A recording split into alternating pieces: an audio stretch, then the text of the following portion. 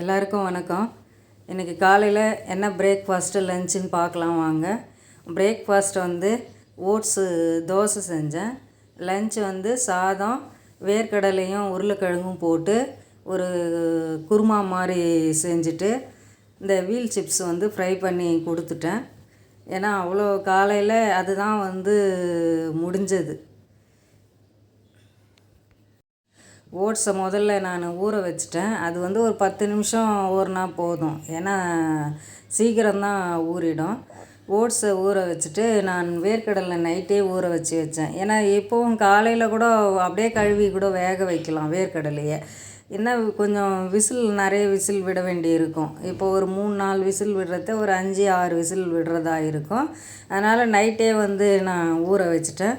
இதுக்கு கூட கத்திரிக்காய் இருந்தால் போட்டிருக்கலாம். உருளைக்கிழங்கு தான் இருந்தது. உருளைக்கிழங்கை சேர்த்துட்டு அதுலேயே வெங்காயம், தக்காளி, பூண்டு எல்லாத்தையும் வந்து கட் பண்ணி சேர்த்துட்டேன்.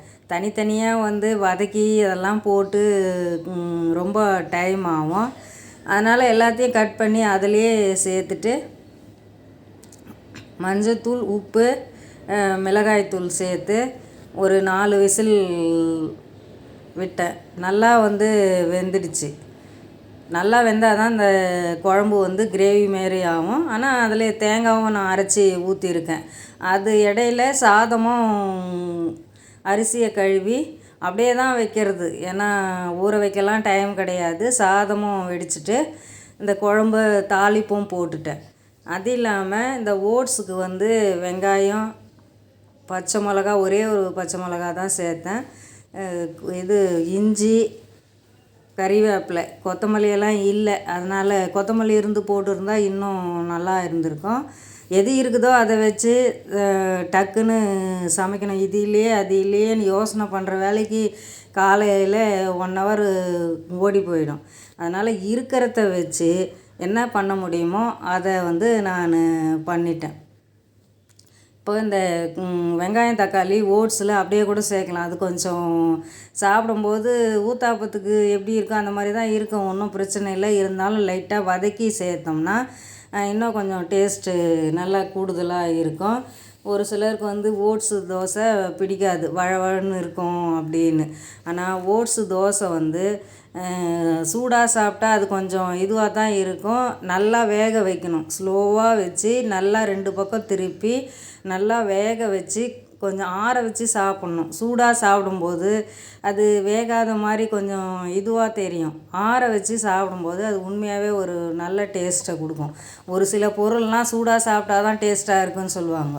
ஆனால் இது சூடாக சாப்பிட்டா அது கொஞ்சம் இதுவாக தெரிஞ்சுது. அதனால் ஆற வச்சு சாப்பிட்றதுக்கு நல்ல டேஸ்ட் இருந்துச்சு. அந்த குழம்புல வந்து தேங்காவை அரைச்சி ஊற்றி லைட்டாக புளியும் கொஞ்சம் ஊற்றினேன். புளியை ஊற்றி குழம்ப நல்லா கொதிக்க விட்டுட்டு இப்போ ஓட்ஸ் தோசைக்கு வந்து ரெடி பண்ணி எடுத்துக்கலான்னு அரிசி மாவு வந்து கலந்து மிக்ஸ் பண்ணேன். ஏன்னா தோசை அப்போ தான் நல்லா வருன்றதுக்காக. நீங்கள் இன்னும் ஒரு ஸ்பூன் கூட அரிசி மாவு கலந்துக்கலாம்.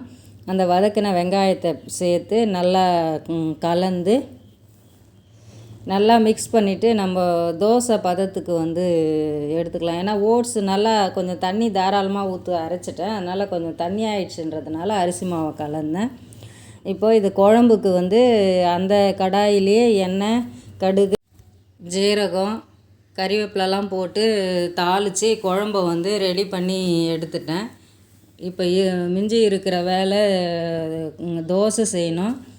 தோசை இல்லாமல் அந்த வீல் சிப்ஸ் வந்து கொஞ்சமாக ஃப்ரை பண்ணி கொடுக்கலான்னு சொல்லிவிட்டு, ஏன்னா காயெல்லாம் வந்து கட் பண்ணி ரெடி பண்ணுற வேலைக்கு டைம் ஆகிடும். இந்த ஓட்ஸ் தோசையை வந்து உடனடியாக திருப்பி போடக்கூடாது. ஏன்னா பிஞ்சாப்பில் இதுவாகி போகுது. கொஞ்சம் நல்லா வேகட்டும்னு சொல்லிவிட்டு திருப்பி போட்டால் தான் வந்து ஓட்ஸ் தோசை நல்லா வருது. அதே கூட பாருங்கள், கொஞ்சம் லைட்டாக வேர்ல் விட்டாப்புல இருக்குது. அதனால் ஒன்றும் பிரச்சனை இல்லை. இப்போது லஞ்சை வந்து ரெடி பண்ணி கொடுத்துட்டேன். நான் வந்து நைட்டு இருந்த பழைய சாதத்தில் தண்ணி ஊற்றி அதில் தயிர் ஊற்றி சாப்பிட்டுக்கலான்னு. அது இல்லாமல் இஞ்சி ஊறுகாய் 2 நாளைக்கு முன்னாடி செஞ்சேன். கொஞ்சமாகவே செஞ்சேன். ஏன்னா 4 படம் இருந்தால் அது கெட்டு போகும். நல்லெண்ணெய் ஊற்றி தான் செஞ்சேன். ஆனால் நல்லா டேஸ்ட்டாக இருந்தது. சாம்பார் அந்த மாதிரி இதெல்லாம் கூட தொட்டுக்கலாம், ரசத்துக்கும் தொட்டுக்கலாம். நல்லா டேஸ்ட்டாக இருந்தது. அந்த இஞ்சி ஊறுகாய் செஞ்ச வீடியோவும் இருக்குது, அதை நாளைக்கு அப்லோட் பண்ணுறேன், பாருங்கள். உங்களுக்கு பிடிச்சா அந்த மாதிரி முயற்சி பண்ணி பாருங்கள். இப்போ கெஸ்ட்டு வராங்கன்னு ஒரு 1/2 கிலோ எறா வாங்கிட்டு வர சொல்லி அதை ரெடி பண்ணிக்கலான்னு எறாவுக்கு வந்து எண்ணெய் ஊற்றி கடுகு சீரகம், எறா வந்து ஃப்ரை தான் பண்ணியிருக்கேன், சீரகம் சேர்த்து வெங்காயம் கறிவேப்பிலை கொத்தமல்லி எல்லாமே வந்து எண்ணெயிலே நான் சேர்த்துருவேன். சேர்த்துட்டு இது நல்லா வதங்கினதுக்கப்புறம் இஞ்சி பூண்டு வந்து மிக்சியில் போட்டு அரைச்சி அதையும் இது கூட சேர்த்துருவேன். இஞ்சி பூண்டு வந்து நான் எப்போவுமே தண்ணியாக தான் அரைப்பேன், ஏன்னா கொஞ்சம் கொஞ்சமாக அப்பப்போ பேஸ்ட் அரைக்கிறதுனால. கொஞ்சம் லைட்டாக நிறைய தண்ணி ஊற்றி அரைச்சோம்னா அது கொஞ்சம் நல்லா அரையும். கொஞ்சமாக இருக்கிறதுனால அது அப்படியே ஒன்றும் பாதியமாக இருக்கும். இந்த மாதிரி தண்ணி ஊற்றி அரைச்சிட்டு நல்லா வதங்கணும். எறா ஃப்ரைக்கு வந்து வெங்காயம் தக்காளி எல்லாம் வதங்கின பிறகு மஞ்சத்தூள், உப்பு கொஞ்சமாக தான் சேர்க்கணும், அது ஃப்ரை தானே. குழம்பாக இருந்தால் கொஞ்சம் அதிகமாக சேர்க்கலாம், இல்லை கிரேவியாக இருந்தாலும் உப்பு கொஞ்சம் அதிகமாக சேர்க்கலாம். அது ஃப்ரைக்கு அந்த உப்பு வந்து போதும்.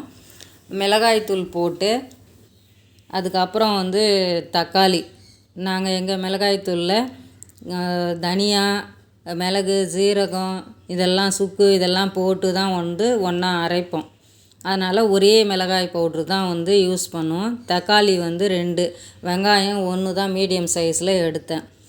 நல்லா வந்து தக்காளி பேஸ்ட் ஆனதுக்கப்புறம் எறா வந்து நல்லாவே க்ளீன் பண்ணி அவங்களே கொடுத்துருந்தாங்க. உப்பு மஞ்சத்தூள் போட்டு நான் நல்லா கொஞ்சம் 2-3 டைமுக்கு வாஷ் பண்ணி எடுத்துகிட்டு வந்தேன். இல்லைன்னா அதில் மண் இருக்கும், சுட தண்ணி ஊற்றி கூட வாஷ் பண்ணலாம். கொஞ்சம் கடல் எறான்றதுனால கொஞ்சம் லைட்டாக அதில் மண்ணு இருக்குன்றதுனால 2-3 டைமே நல்லா வாஷ் பண்ணேன். வாஷ் பண்ணி தான் வந்து போடணும், இல்லைன்னா சாப்பிடும்போது நரன்னு இருக்கும் மண். அதே போல் தண்ணி ஊற்றுறதில்ல எறாவுக்கு. எப்போவுமே எறா ஃப்ரை பண்ணால் தண்ணி ஊற்றுறதில்ல, மூடி வச்சோம்னா அதில் இருக்கிற தண்ணியே நல்லா இருந்த பிறகு தீயை வேகமாக வச்சு அதை சுண்ட வச்சிடணும். அந்த தண்ணியை சுண்ட வச்சாதான் எறா வந்து நல்லா இது பாருங்கள், இப்போ எறாயில் இருந்த தண்ணி தான் இவ்வளோ தண்ணியும். நான் தண்ணியெல்லாம் வந்து இதில் சேர்க்கவே இல்லை. இந்த தண்ணி முழுதும் வந்து இது பண்ணணும். இப்போ கரம் மசாலா பவுட்ரு மட்டும் ஒரே ஒரு சின்ன ஸ்பூனில் சேர்த்துருக்குறேன், வேறு எதையுமே நான் போட மாட்டேன்.